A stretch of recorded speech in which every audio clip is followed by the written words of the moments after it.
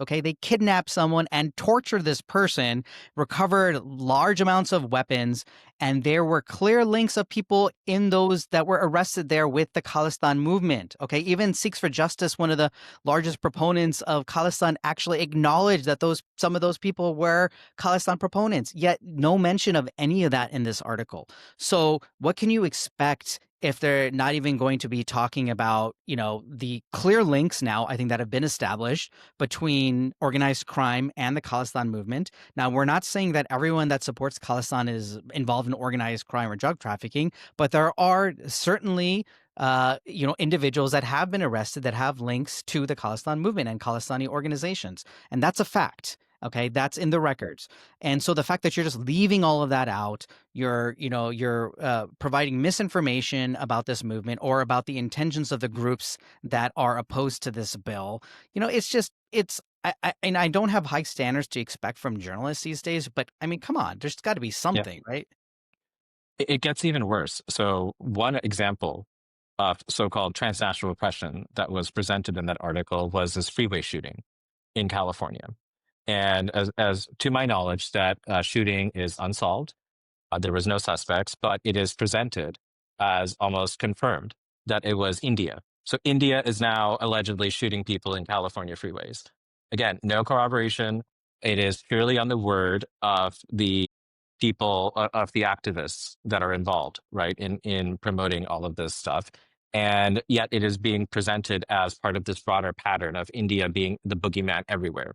And this is an example of some of the impacts that we will see with SB 509. When you have activist driven, politically driven people that are empowered to train law enforcement so that anything, whether it's some random crime in California, involving victims where their own communities have a history of having lots of violent disputes amongst each other.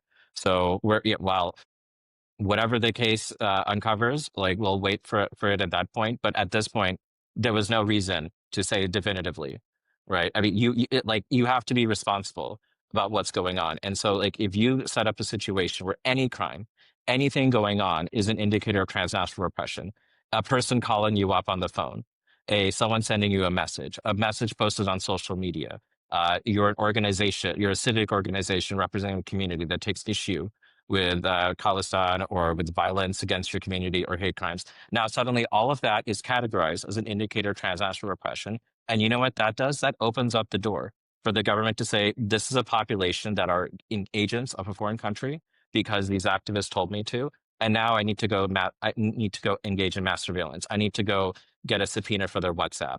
And this is not something that is exclusively an Indian American or a Hindu American issue, right? They mentioned China. Now, China is a country that has a large population of diaspora people in the United States as well, right? And if you look at stories that are talking about China, a lot of it does involve civic organizations, quote, ordinary people sending messages, sending threats, right? So if you have a very sloppily organized transnational repression training, you're taking a very blunt instrument to an extremely complicated and nuanced type of issue.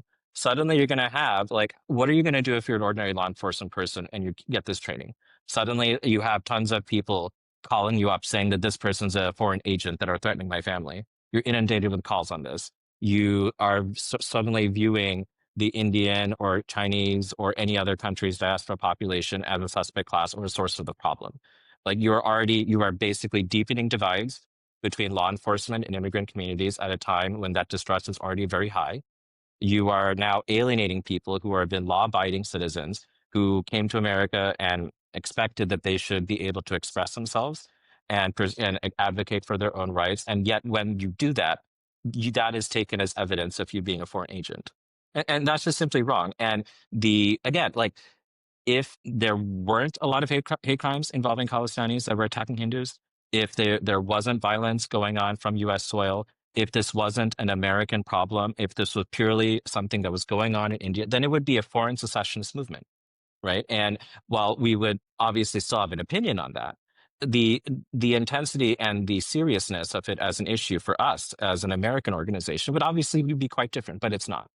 And so I would really just encourage people to think about, go past all of this propaganda, that is going around and look at the second and third order effects of legislation you pursue. Do you want to enable mass surveillance, mass profiling of entire populations just because some activist said that there's an Indian agent hiding under every street corner, under every freeway divider, and every single SUV?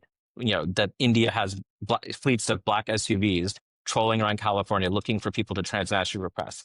Fine if you want to take their word for it, but don't pass a really blunt policy instrument that's going to create more problems than it solves.